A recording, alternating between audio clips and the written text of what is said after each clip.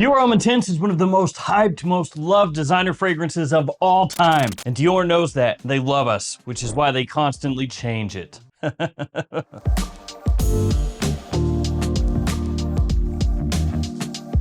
Hey friends, Ash here. Welcome back to Gents. Hope that you're well. Dior Homme Intense 2025. Is there a difference between that, Dior Homme Intense 2020, and also the Dior Homme Intense before Dior Homme Intense 2020? That's why it's so important.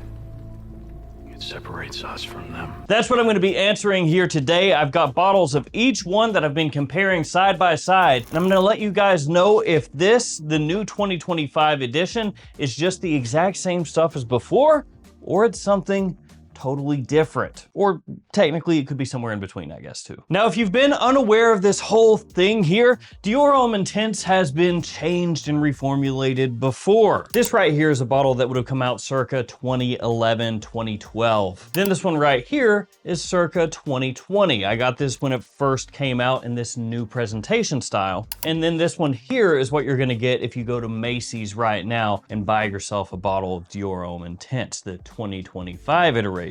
And there's a lot of confusion out there because some people are saying, no, it's the exact same. Even Dior themselves say that it's the same fragrance just put into a new bottle. And then other people are like, nah, it has clearly changed. It's not the same. Oh, hell no! So it's yet another case of confusion, which is becoming more and more common, where a fragrance brand is like, here's a fragrance, the name is the same, the bottle has changed slightly. Is the scent the same? We're not gonna tell you exactly. And it just leads to confusion.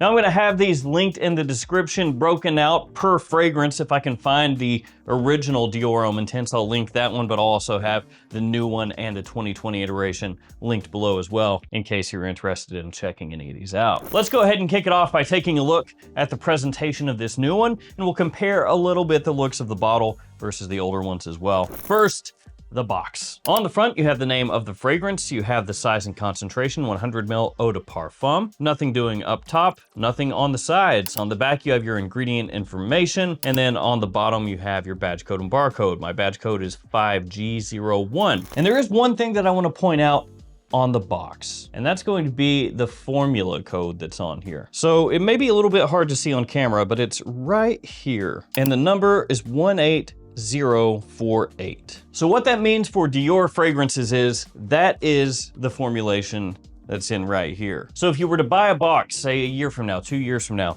and it says 18048 right there, you would know that the formula of that fragrance, the formulation that's inside that bottle, is the same that's in here. It's the same fragrance. If this changes, then that means something has changed within the fragrance itself. Now, it might smell the same, it might not smell the same. It doesn't necessarily automatically tell you, yes, it's gonna be 100% different. But what it does tell you with 100% certainty is that the formula has changed in some way, if that right there changes. Keep that in mind, it'll come into play later. Next, the bottle. So they have made a slight change to the look here versus Dior Homme Intense 2020. This one says Dior Homme up inside the cap there, and then Intense is written at the bottom of the bottle. Whereas with Dior Homme Intense 2020, it actually says completely up in the cap, Dior Homme Intense. Also, you'll notice that there is a difference in coloration as well. You could write that off to age, because this is going to be the youngest of the bottles that you see here, but it is worth noting that it is obviously the lightest colored one of all the different bottles. Up top, you have a CD for Christian Dior. You have on the bottom your badge code etched into the glass. The cap does click into place, and they have changed it a little bit. So you have the little Dior B on the inside of the cap, and then also on top of the atomizer. Whereas before, you had the B on the inside of the cap, but a CD for Christian Dior on top of the atomizer. So they changed the look a little bit. Let's go ahead and do sprays for all three. First up, the new Dior Homme Intense. Pretty good. Dior Homme Intense 2020. A little bit better, it's just slightly smoother. And then the OG.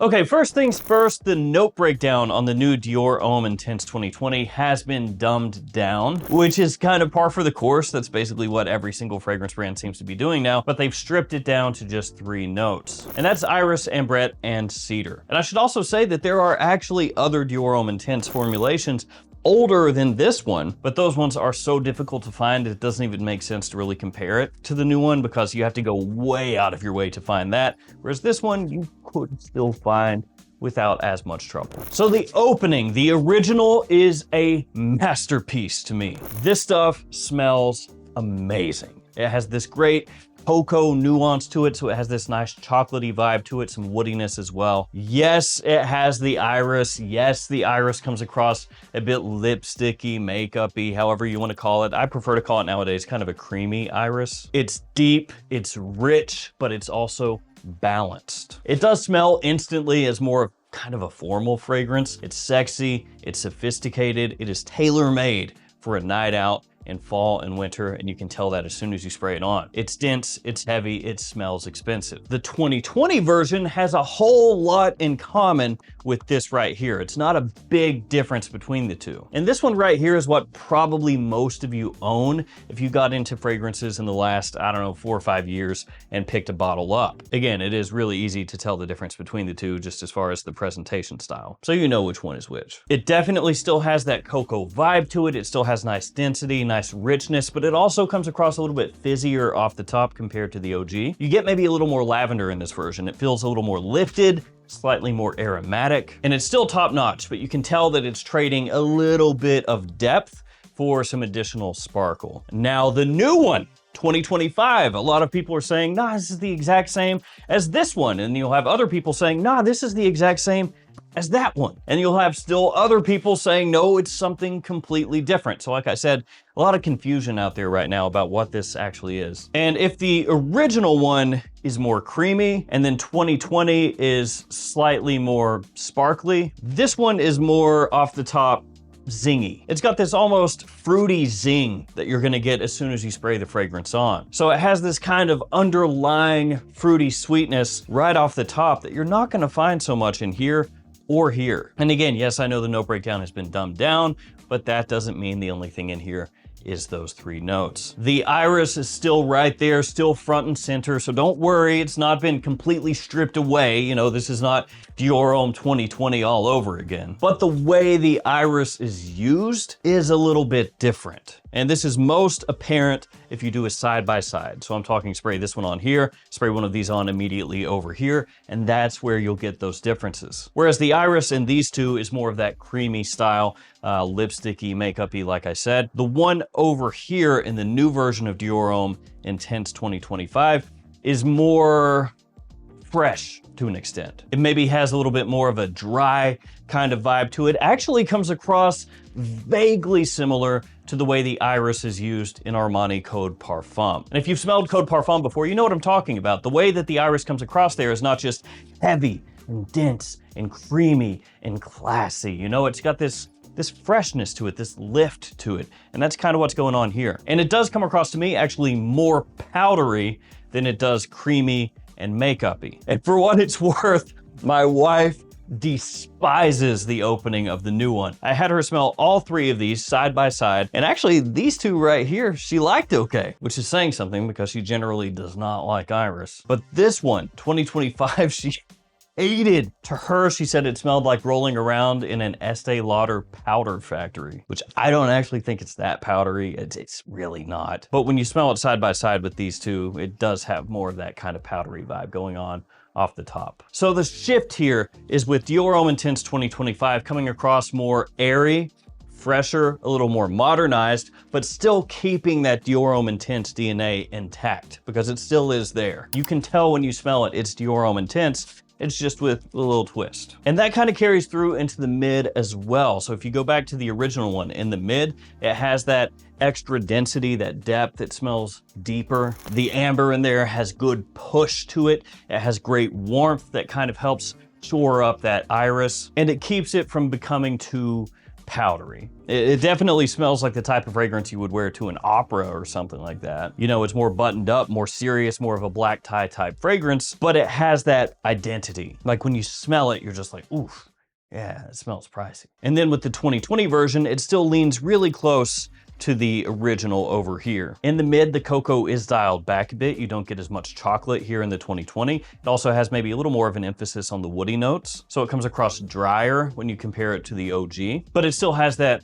formality to it. Then we have the 2025, and if these two versions over here are a tuxedo in fragrance form, this one is more a blazer worn over a t-shirt. It does come across sweeter, and it's more of like a higher tinged sweetness. So these over here, these are more amber, chocolate, you know, that kind of feel. This rich, like underlying patchouli with absolutely no earthiness coming across. That's a little bit what you're getting in Dior Homme Intense, of course, melding together with that iris. Dior Homme Intense 2025 instead leans a little more toward the vanilla side of things, but more of like a powdery vanilla. It's not heavy, it's not syrupy, and it still maintains some of that sparkle from the opening as well, that sort of like effervescence. And when you smell these side by side, it is almost like a snapshot in time when you're heading through the mid into the dry down. Because this one especially, and this one also, the 2020, are kind of how Iris used to be viewed. And this doesn't mean that it's better or worse or whatever, but if you go back,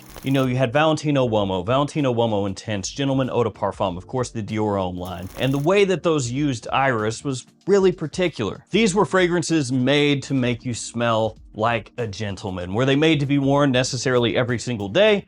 No. But that's the vibe these were going for. Buttoned up, classy, wearing a suit. Dior Homme Intense 2025 is taking a look back at what these did, and it's borrowing a whole heck of a lot of it so that it still smells similar, but it's also looking at some of the other Iris fragrances that have come out over the past few years, and it's going, let's take a little bit of that and kind of put it in here too. Again, just lightly freshening it up, making it a little more modern, a little bit more zingy. And that carries over also into the dry down. But I will say that in that far dry down, after you've had these on for a few hours, they all do smell more similar than they did right off the top. That rich woodiness with kind of a touch of spice along the edges, the waxy iris, all of that comes across most clearly here. The 2020 version, maybe slightly less focused on the iris, but still there very prominently, transitioning maybe into featuring the cedar a little bit more prominently. That's what's going on in 2020. And then in the 2025 iteration, a bit fresher, a little more powdery, and also unfortunately, not really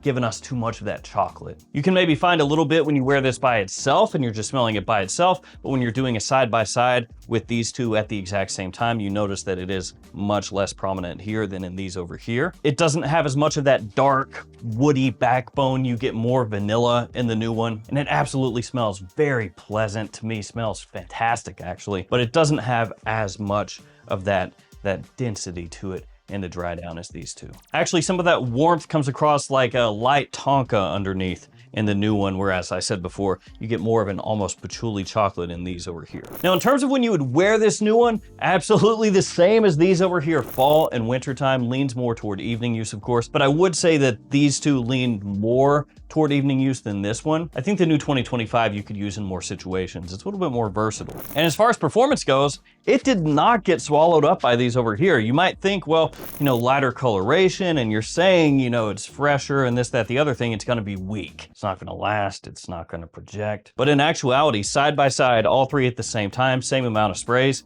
it hung with these two. The difference is small. I'm not really worked up about it. I think as far as performance goes, this stuff is great. If you get 12 hours from here and you get 11 hours from here, I mean, does that really matter? Now, if you think back to what I said earlier with the formula code that this one has, it is different than what this one was when it launched and absolutely different from this one. And it's blurry, but you can go back and watch my review of Dior Homme Intense 2020, where I show the box there, and it does have the original formula code on there. It's, again, kind of blurry, but I'll tell you what it is. It's 10950/A. So this one is 18048. This one, 10950/A. This one, 05434/A. So all three of these do have different formulas. And that difference is not always massive. Like I said, it can be slight differences, slight changes, but it can also at the same time be differences that are more easily noticed. Look at Dior Fahrenheit for that. That thing has had crazy numbers of formulations and reformulations over the years. Each one of these is a different formula. And what I think may have happened, again, I could be wrong, but what I think may have happened, because Dior did specifically say that this, the new 2025, is the same formula, just in a new package. What I think they may have done at some point after 2020 was released, maybe 23, maybe 2024, I'm not sure, but they may have gone in and changed the formula and not told anybody, because it's not something that ever really is advertised. And so technically, it didn't change when they put it into this new bottle. I mean, they could have changed the formula, you know, right before technically they did make this new presentation, the new style, and then it wouldn't be changing the formula because they technically changed it just before they rolled out this new style, if you see what I'm saying. But what this means is if you still have the box for this right here, this presentation style, the 2020 presentation style, you can check that formula code. And if it's the same as this here, then you should hypothetically have the exact same fragrance as what's inside the new 2025 iteration. But if you're like me and you bought this one in 2020 or 2021 or 2022 or whatever, and it has that different formula code, then this is different than this. Hopefully that makes sense. I know there's a lot of different moving parts with this, but that's what's going on. Unfortunately, with these fragrance brands nowadays, confusion has become name of the game. They change the presentation style, they keep the same name. Is the fragrance the same? Who knows? It ends up being a confusing thing for everybody. But to me, side by side, these are all three clearly different if you spray them on at the same time and then smell them as they dry down. And my wife had absolutely no problem telling which one was which, for better or worse. Now, overall, I would prefer this one out of any of them, but that is a little bit of like rose tinted goggles. You know, this is one of my favorites of all time. I think 2020 is really, really good as well. And I actually think 2025 smells fantastic as well. It's just a slight twist, freshened a little bit, modernized a little bit, the chocolate dialed down, the powder ramped up slightly, the vanilla pumped up a little bit, the iris coming across less creamy, a little bit more fresh powdery, but still clearly smelling like Dior Homme Intense, even with those changes. So this is not a Dior Homme Parfum situation. This is not a Dior Homme 2020 situation. This is a mild tweak and change, in my opinion, with them trying or so slightly to subtly shift Dior Homme Intense a little bit closer to what more people are looking for nowadays while still keeping it Dior Homme Intense. So there it is, the new DHI 2025. I don't think that you necessarily need to rush out and buy Dior Homme Intense 2020 or well, actually the original, maybe if you can find a good deal, I would get those. But I don't think you necessarily need to go and stock up on these immediately unless you absolutely love them. And the idea of a little change, a little tweak is something that you don't like at all. That being said, if I were to rank these myself, this one the best, this one after that, this one after that, but it is still really good. So there we go, guys. Dior Homme Intense 2025. Is it different? Yes. Is it similar? Yes.